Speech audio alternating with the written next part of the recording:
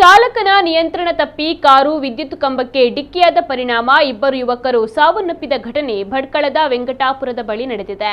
ಭಟ್ಕಳದ ಆಜಾದ್ ನಗರ ನಿವಾಸಿ 15 ವರ್ಷದ ಬಿಲಾಲ್ ಹಾಗೂ 20 ವರ್ಷದ ಆಯನ್ ಮೃತ ದುರ್ದೈವಿಗಳು.